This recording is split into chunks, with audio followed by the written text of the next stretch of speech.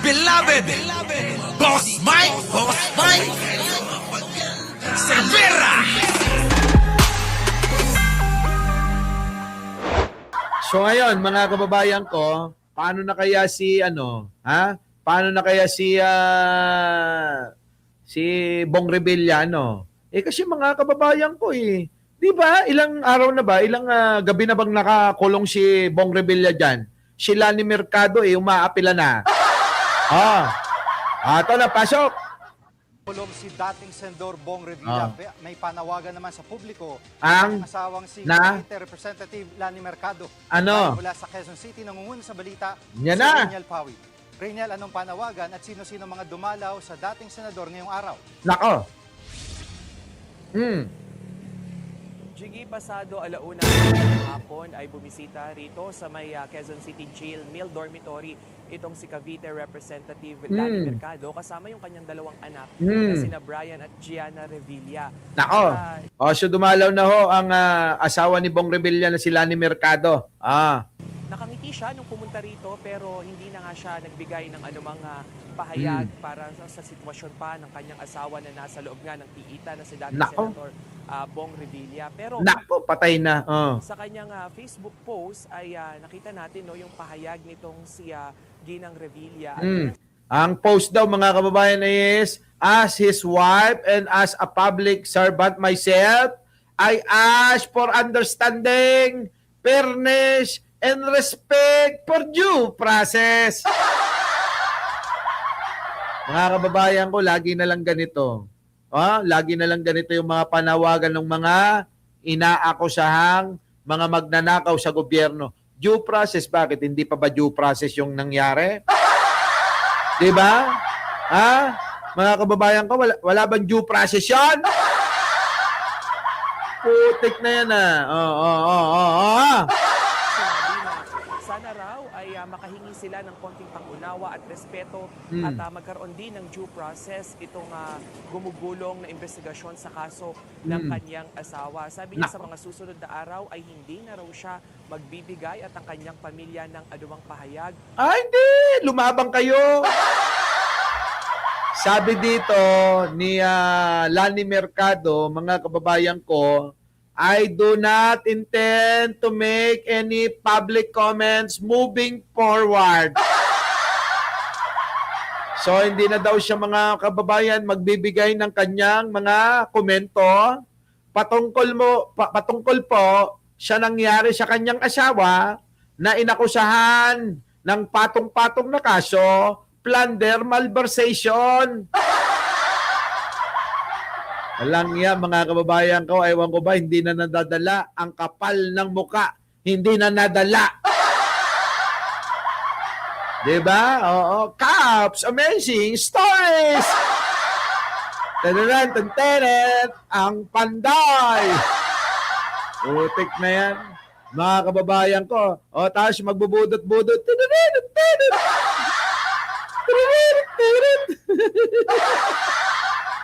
Ewan. Wala na talaga itong mga ito. Tuloy! Ukol nga dito sa kaso ng kanilang padre de pamilya. Padre de pamilya, sana pag ako naging presidente, mga kababayan ko, pagka nagkasala ang padre de pamilya, dapat lahat, asawa, mga anak, ikukulong ko. Mga kababayan ko, bakit Boss Mike, idadamay mo yung wala namang kinalaman? Diba? Sasabihin, bakit mo idadamay? Ayaw ka na naming maging presidente. Mga kababayan ko bilang padre de pamilya, diba? Yung mga ninakaw niya, pinalamot niya sa asawa at mga anak niya. Ibig sabihin, mga kababayan, nakinabang din yung mga bunganga nila at mga katawan lupa nila sa kasaganahan at karangyaan dahil sa ninakaw ng padre de pamilya.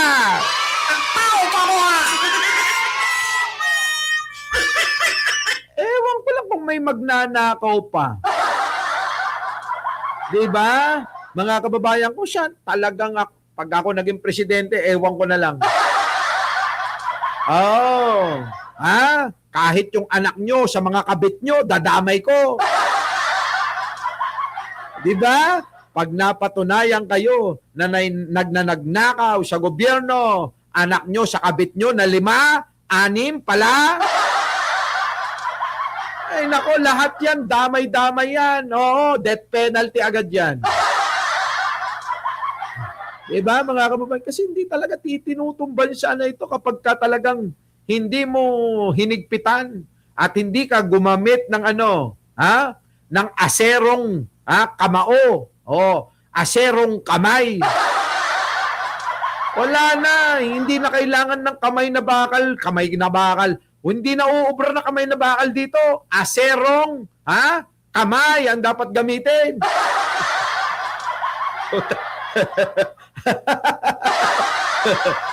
Pag naging pangulo lahat vlogger na.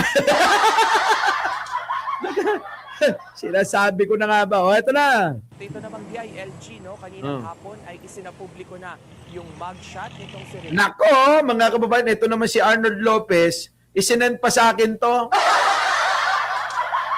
Tapos sabay na, sabi niya, Mike Cervera, hindi mo kami maluloko.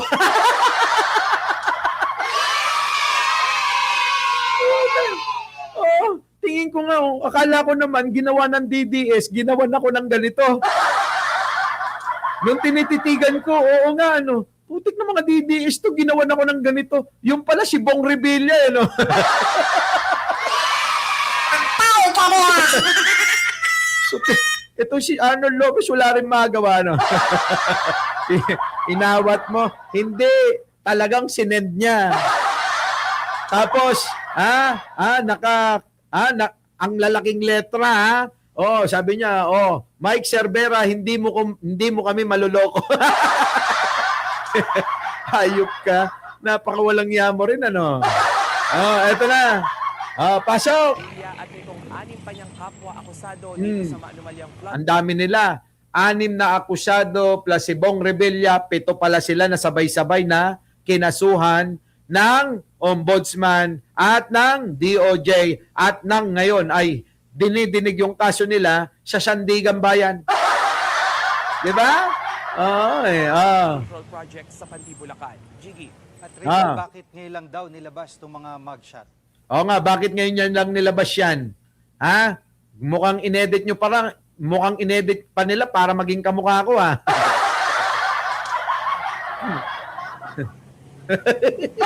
Hayop ka.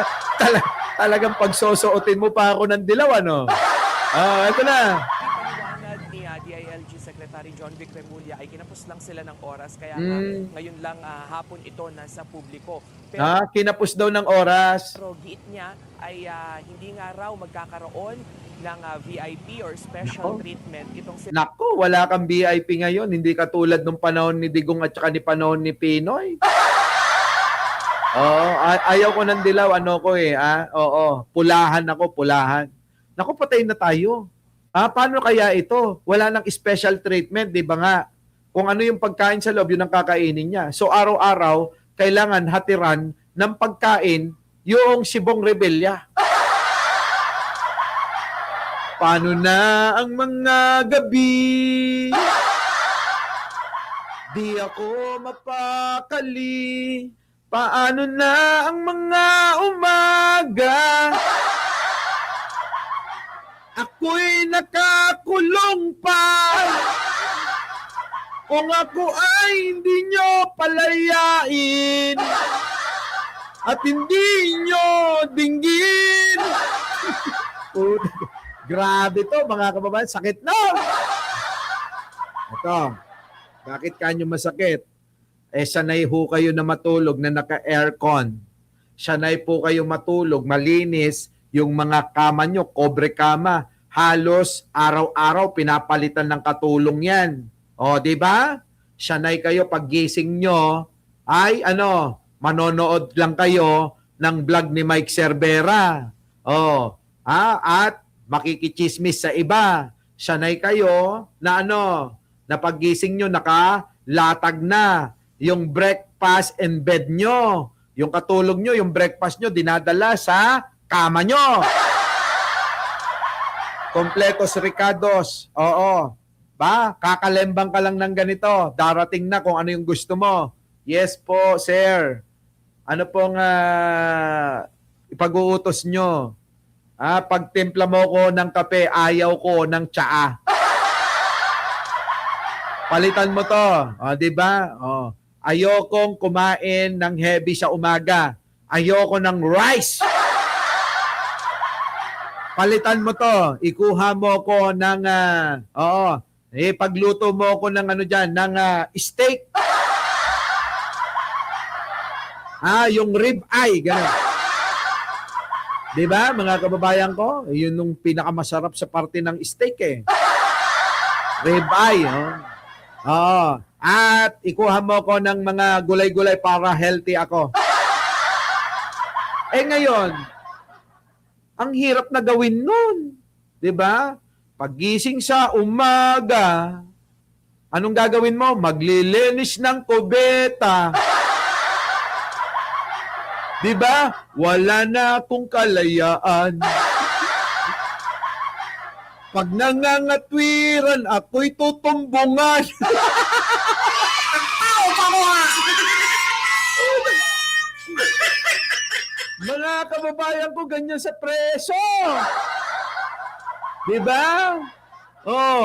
Mga kababayan, pag nangatwiran kayo dyan, tutumbungan kayo. 'Di ba? Ibang klase dyan, baka nga pilahan yan. Oh my God, 'di ba? Oh my God. Grabe. Sige, tuloy. Revilla, kahit pa higit 4 na dekada niya nitong kaibigan. Itong si Romulia ay yung privilege ng isang shoplifter ay kaya lang din ang privilege ng isang dating senador. So, kung ano yung pribileyo ng mga shoplifter, mga snatcher, yung pong mga binili nyong mga cellphone, nagaling sa GSM, yung mga binili nyong mga cellphone, mga kababayan, sa ICTAN. Yung mga binibili nyo ng mga Nokia, mga kababayan ko, nagaling sa magnanakaw, kung anong parusa ng mga magnanakaw na yon, yun din ang parusa ni Bong Revilla.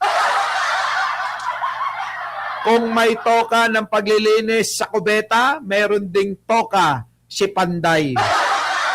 Di ba? Naku, mga kababayan ko. Siyempre, ganun yon. Kung may toka sa paglalaba, si Bong Revilla ng mga damit na preso, ganun din ang mga kasama niya. Tignan natin yung pahayag ni Secretary Remulla. Nako. Dumating po siya sa krami ng lumagpas alas 10 bago natapos yung processing alauna. Bago namin siya dinala sa krami alas 10 ulit ng umaga. So hindi na kami ng rin oras para ma-process lahat yan. Kasi wala naman talaga akong balak na itago yan. Ang bilis lang talaga ng pangyayari. Yan, ang bilis lang talaga ng pangyayari, mga kababayan ko. Our beloved, Boss Mike, Severa.